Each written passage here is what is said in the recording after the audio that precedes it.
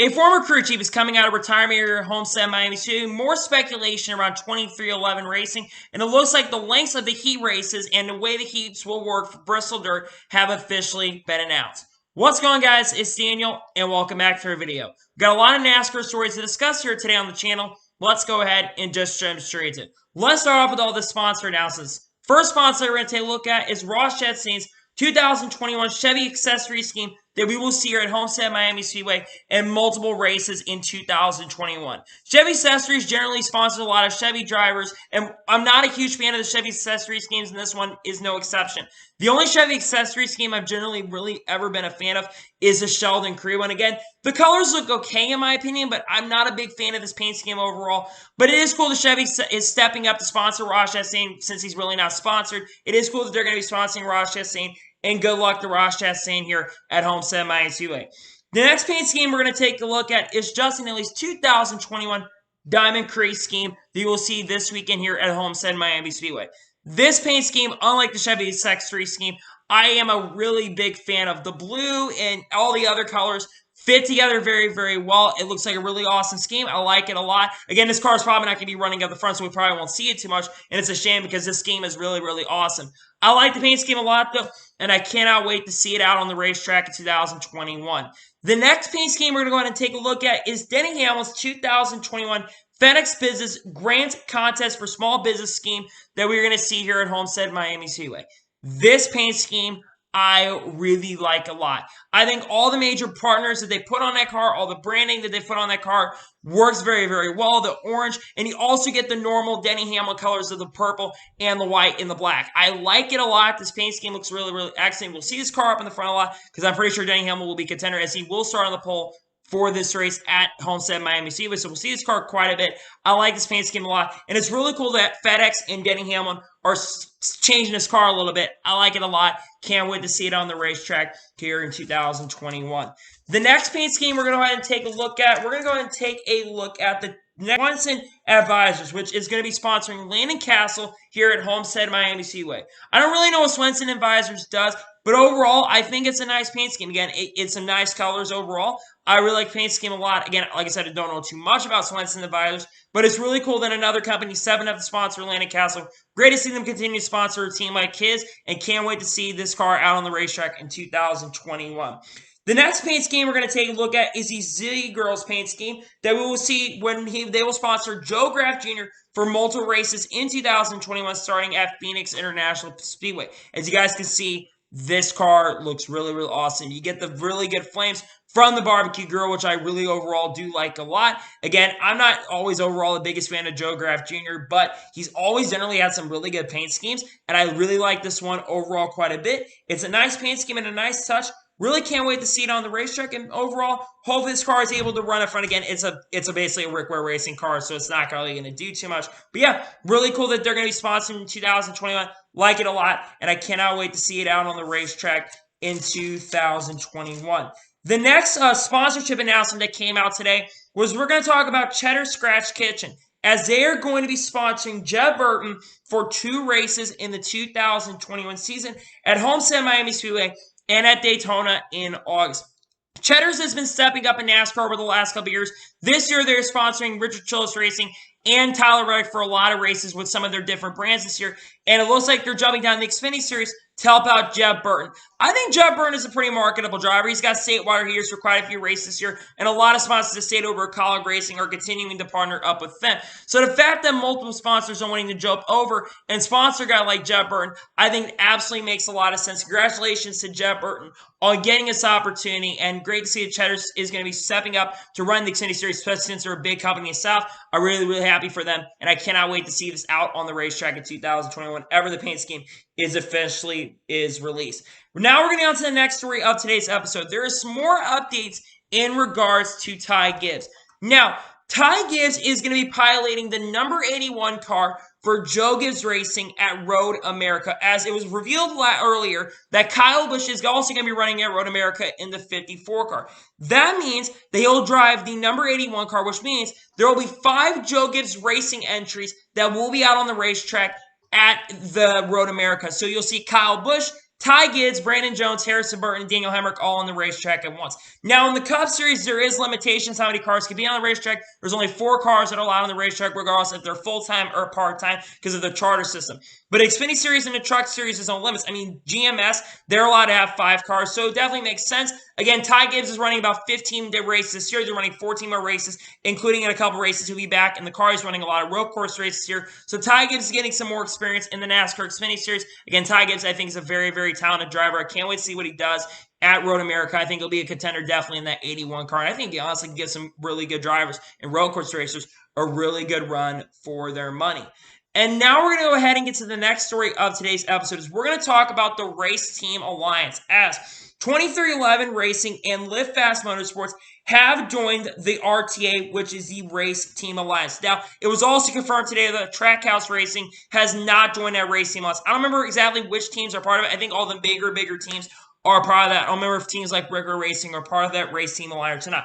But for many that do not know, Race Team Alliance is the people that created the charter system that we currently have today. It's run by Rob Kaufman, so a lot of people are not major fans of them. They're also the owners of 51 Speed Co., which is live streams a lot of events. So that's one good thing they are able to broadcast. But I'm not a big fan of the charter system.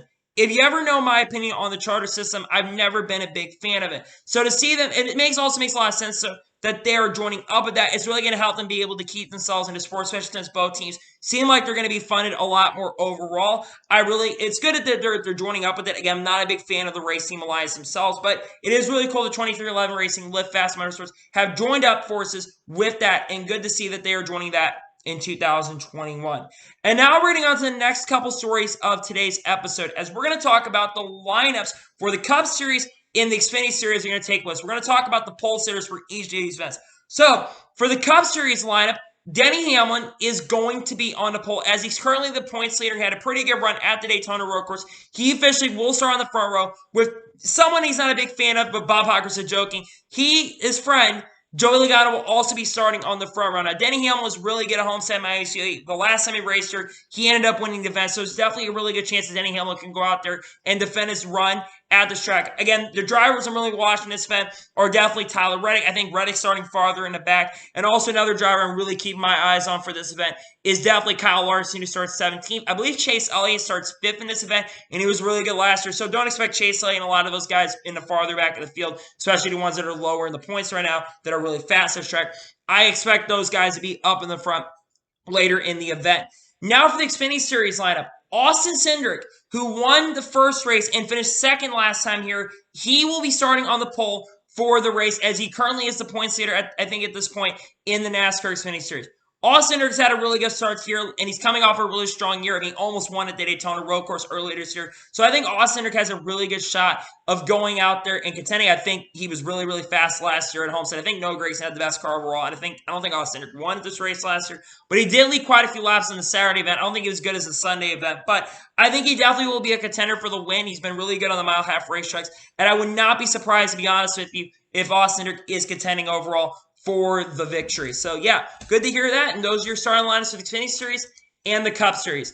And now we're going to go ahead and get on to the next stories of today's episode. We're going to talk about some attendance numbers for North Carolina and Virginia. So here's some good news overall. Let's start off with North Carolina. So Steelers sporting capacity can now operate now at 30% capacity for all North Carolina sporting events, including at Charlotte Motor Speedway. That means that it looks like there are going to be 25,000 to 30,000 fans that are going to be allowed to attend the Coca-Cola 600. Up to this point, quite a few races have determined their events. We know Atlanta's going to have a certain amount of events. Talladega's going to have fans. Bristol Dirt's going to have about 20% capacity. Generally, the number is increasing currently at this time. We're starting to see, instead of like 20-25% capacities, like a majority of the early races that we're seeing this year, we're starting to see a lot more events that are getting up a little bit higher. And a lot of states are kind of heading toward that direction, because as of right now, the number of infections of COVID-19 and people getting infected with it has been decreasing at a rapid pace, and vaccines have been flying out at a pretty rapid rate. So that's one of the reasons why we're starting to see fans. But for those of you that are North Carolina and maybe thinking about going to Coca-Cola 600, I think you should definitely be really, really excited right now. Now, as things continue to progress and things continue to get better, I think, and I will say this, I do think by the end of this year, fans will be full back at capacity. As a matter of fact, I think by the time we get around to the playoffs, I think that we will see full capacity for events in 2021. And then the other state we got to talk about is Virginia. Now, right now, Virginia is only allowing 1,000 fans on their outdoor venues, and they're allowing 250 fans in their indoor venues. But here's something very interesting that was reported a couple hours ago. According to Bob Pockers, it was reported that if current trends continue, venues may be able to operate at 30% capacity with no cap on the number of people permitted. Now, at Richmond Motor Speedway, there are supposed to be fans for that event. There'll be 1,000 fans. Last year, there were no fans at Richmond International Speedway. At Martinsville, there was 1,000 fans that were allowed for the race. That's like 2 or 3% capacity for the event. If this is to increase, Richmond would go up to, I think, the 10 to 15,000 fans for their events. And I think that Martinsville would go up to around 15 to 20,000. I can't remember which venue has more fans that are allowed. But this is really, really good news overall. And like I said, if it continues to go in this direction, I could definitely see there being a possibility of things being opened up very, very soon and very, very quickly, much, much faster than we thought. I think by the time we get to the end of the summer, I think that fans will be allowed back in the stands. This is really, really awesome. And good news to hear. Hopefully things continue in the right direction so we can eventually see all fans back at the racetrack very, very soon. We have to make sure that we're cautious of what is going on with COVID-19. And now we're going to go ahead and get on to the next story of today's episode. I believe it was media day for NASCAR heading into Homestead Miami Speedway, and Alan Cavana reported that Denny Hamlin says quick expansion is the goal. Certainly a young driver would be looked at, or maybe we go for an experienced veteran who has an established resume. And this is talking about 2311 Racing. It was reported last week, and we talked about this on the channel, I think on Tuesday or Wednesday, that 2311 Racing is looking to expand. Now, first thing that was reported was that 2311 Racing, they were having a board meeting about building a shop in Huntersville, North Carolina, which you guys saw on the screen last week. It was also reported by Freddie Kraft and Tabloid on the Door Bumper Clear podcast that 2311 Racing is potentially expected to have 2 cars in 2022, and they're looking to bring in a lower tier Chevy team over Toyota. Now, rumors are continuing to fly out, and it looks like it's becoming more likely that 2311 Racing could become a 2-car team in 2021. And one of the key things to know is they're looking at a young driver or driver that has a really good resume. Let's talk about some of the free agency talks going into 2022. There's a couple of drivers, in my opinion, that really come into mind for this. The first driver that really comes to mind, in my opinion, is Matt DiBenedetto. Matt DiBenedetto has a lot of ties over at Toyota. I mean, before 2020, when he was over at Wood Brothers, he drove for Levian Family Racing in 2019, which is a Toyota team, and he came up through the Toyota system, but was let go around the 2011 season, and then he came back to them in, I think, 2019 after he left the 32 team and Go Fast Racing.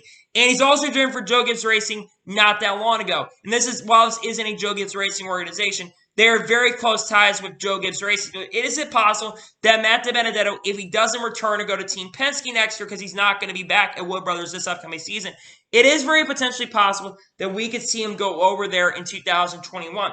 The other major veteran that I've really heard in the NASCAR Cup Series, and this is where it's going to be really interesting, you might disagree if you're honest, Brad Keselowski. Brad Keselowski's contract ends at the end of 2021. And there has been quite a bit of tension going on over at Team Penske. I mean, the last couple of years, Brad Keselowski has had a really big issue with Joey Logano when it comes to his aggressive blocking. Now, they did talk recently, but how much longer is Brad Keselowski going to want to basically put up with it? And I think Brad Keselowski's team is looking more at a younger driver at this well. That being said, though, I'm more leaning toward Matt DiBenedetto if they're looking at a veteran driver than Brad Keselowski. Because remember, Austin Cindric is not going over to Team Penske. He is going over to Wood Brothers. But if23 goes to 2311 Racing, I actually think Matt DiBenedetto will go to the 2-car. Then we're going to want to speculate on the young drivers. Now, I was thinking about 4 or 5 drivers that are really currently in the running right now. Now, I know some people are thinking Daniel Hamrick. I honestly, to be perfectly honest with you, I really am not confident Daniel Hamrick is going to be in that car. I'm really not confident, unless he performs really well this year, like on the level of guys like Christopher Bell in the Xfinity Series a couple years ago. I'm not very confident that he'll go over there. There's 4 drivers that really, like I said, I think that come into mind. John Hunter Nemechek, Ty Dillon, Brandon Jones, and Harrison Burton. I talked about these guys last week as the 4 drivers that are really in the running right now for those rides.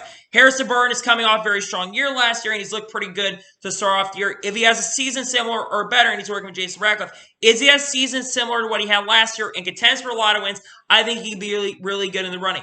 Brandon Jones obviously is a really good choice as well. Brandon Jones is coming off of the best season of his NASCAR Xfinity Series career. He scored 3 victories last year.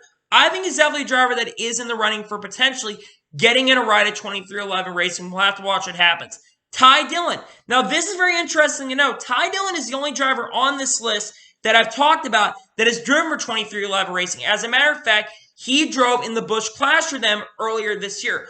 On top of that, he is driving in a lot of Toyota cars this year, and if he does pretty well this year in a couple starts he has, I could definitely see him contending to go into that ride. And then the final driver is John Hunter Nemechek. John Nemechek left Front Row Motorsports this past year to go down to the Truck Series and race for Kyle Busch Motorsports, which is a Toyota team. I think John Hunter Nemechek is looking for a more competitive ride in the NASCAR Cup Series. So I definitely think John Hunter Nemechek is in the running. As of right now, my speculation states that I think it's either going to be John Hunter Nemechek or Matt DiBenedetto that's going to be in the ride. We're going to have to watch as free agency continues and sees what happens. But I think those are the 2 drivers that are really in the running to go to 2311 Racing in the foreseeable future. And now we're getting on to the first of 2 major stories of today's episode, as we are going to talk about Steve Letarte, as Steve Letarte is going to be substituting for Ryan Sparks as crew chief at Homestead Miami Speedway. Now, for those of you who do not know, Ryan Sparks is currently a crew chief for Corey LaJoie in the number 7 car. Unfortunately, Ryan Sparks and 2 members of that team, unfortunately, it looks like they've contracted COVID-19, and they will miss because of the COVID-19. They have to basically pass the COVID-19 protocols. They will currently right now miss at this event, but if they do not pass those upcoming tests, if they don't pass NASCAR's COVID-19 protocols and are negative with their tests, they might be missing more races. Now, here's a little backstory on Steve Letarte. Steve Letarte, for those who don't know, was a former crew chief in NASCAR who started crew chiefing for Jeff Gordon in 2005 and led Jeff Gordon back almost to the top, when he joined him in 2005 after Robbie Loomis was fired. He immediately won the first series back in the car at Martinsville, and then he was with Jeff Gordon up until 2010. They got a lot of wins, and then in 2011, he switched over to Dale Earnhardt Jr., and Jr. started performing a lot better, and then after 2014, after a pretty successful 2014 when they were contenders for the championship, he left to go up to the NBC booth. Over the offseason, Steve Letarte has been back involved with racing. I don't know if it was announced in the late year of 2020 or during the early portions of the offseason, but Steve Letarte was joining up as a consultant. And Corey LaJoie had reported and talked about this, that Steve Letarte is a lot more involved. Is it potential that Steve Letarte is potentially thinking about leaving the NBC Sports booth in the future to go back and work in NASCAR? It's very, very possible. I mean, there's currently 4 people in the NBC booth, so there's potential that happens. But let me just say this for the record. I am so happy that Steve Letarte is coming out of retirement and he is crew chiefing in the NASCAR Cup Series once again. I think that Steve Letarte has a lot to prove and a lot to show. And while I don't think he's going to lead Corey LaJoie to wins, because I don't think these cars are very, very fast, I would not be surprised if he gets Corey LaJoie an opportunity to get a top 20, makes him an underdog in events. I mean, Corey LaJoie is a great driver, and if you put a good driver with a really good crew chief, generally, especially if you have a mid-pack car, you're generally going to perform a lot better. So this is really exciting that Steve Letarte is coming out of retirement. This is something I've been really, really excited to see. It's because Steve Letarte, like I said, has been involved with this team for quite some time, and Steve Letarte really is liking the direction this team is going. Is it potential, like I said, that he retires? Who really knows? We'll have to watch. But Steve Letarte coming out of retirement is very, very awesome. Wishing the guys, Ryan Sparks and the 2 crew members, a speedy recovery and hope they can come back really, really soon. But it's really awesome to see Letarte is coming into crew chief here at Homestead Miami Speedway. And now we're going to go to the final major story of today's episode. We are going to go ahead and talk about the Bristol Dirt Race once again. Now, there has been some of the format that we are going to see for the Bristol Dirt Race announced. So on the Friday of the Bristol Dirt Race weekend, there is going to be 2 one-hour practice sessions for the Cup Series and the Truck Series. I think that's 2 practice sessions each that are going to be 1 hour to get those guys up to speed. So there's going to be 2 hours each of practice. Now, for the heats, and we talked about the heat formats, there's been conversation about the heats because there's going to be 250 laps for the main feature event. There are going to be 4 15-lap heat races for the Cup Series and the Truck Series.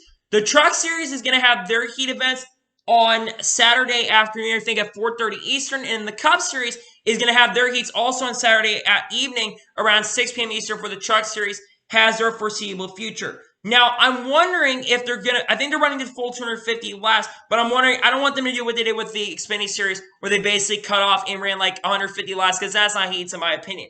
So what I'm assuming is that how they're going to basically end up doing it is that they're going to do like first, fifth, ninth, basically first, fifth, and ninth, and all those guys are going to be heat one, then second, sixth, 10th, and so on and so forth is going to be in the second heat. This is really, really awesome. I actually think this makes a lot of sense. And for those of you that are going to be going out to Bristol there, because there's going to be fans a lot in the stands, which is really, really exciting. I think there's 30,000 fans that are going to be allowed at the Bristol Dirt. I think definitely you guys should be really, really excited about you having heats, because we haven't seen the racetrack in advance, and that's one of the big concerns about the race right now is this track going to be able to hold up durability? And the big question is the weather. Is weather going to be a factor? Because weather could end up being a really big factor for this event. Is the potential that things go wrong? Is it, though, that we may see some of these races canceled till later or to later week because of the mud issues? Because that's one thing. When it rains, it snows or whatever, the dirt becomes mud, and it becomes very, very slippery. That being said, though, that's really the only concern I have overall for this. But I have to say, though, that this is really, really exciting. This event is becoming one of the most hyped up events, regardless if you're scared for the event or if you're really excited for the event. This event is becoming one of the most hyped up events going forward. It's really exciting that Bristol is going to have some dirt racing. And I rather wish we go like to a purpose-built dirt track like Eldora, or go up to Knox like the Truck Series is. But that being said, it's really, really exciting that we are going to see some dirt racing at Bristol. I do think that there are going to be a lot more fans watching the Bristol Dirt, especially on Saturday, because of the fact that this is the first NASCAR race that's going to be run. It's NASCAR Cup Series race, I should say, that is going to be run on a dirt track since 1970. Remember, the last time we raced on a dirt track was back in 1970, so it's been a very, very long time. So there's going to be a lot of national media attention around this event because of the fact that it's been so long since we ran an event on a dirt track, which I'm also really excited about, but I'm also a little nervous because it's not a purpose-built dirt track. This is a non-purpose-built dirt track. It's a track that's been an oval. I mean, they've done this back in 2000, 2001, but I'm just a little bit concerned that this can end up being a major, major problem. So, anyway, that is going to be all the major NASCAR stories I need to discuss here today on the channel. So I want to thank you guys for watching. Please like and subscribe to the channel, turn notifications so you get me notified when a video does go live on my channel. Follow me on Twitter, Facebook, and Instagram. Follow me on Twitter, Facebook, and Instagram. Link description below for that. And comment your thoughts on today's video. What are your thoughts about Steve Letarte coming out of retirement and crew chief for Corey LaJoie in 2021? How well do you think he's going to do with Corey LaJoie? Do you think he helps Corey LaJoie's performance, or do you think he really hurts his performance? Let me know in the comments below. And what are your thoughts about the Bristol Dirt Race having heat races and 15-lap heat races? Do you think that's fair, or do you think there should be less laps for those events? Let me know in the comments below. If you enjoyed today's video, make sure you like so YouTube can recommend more of these great videos out to you guys. If you do that, I would greatly and truly appreciate it. Anyway, like I said, I want to thank you guys for watching today's video, and I'll see you guys next time. Take care, everybody.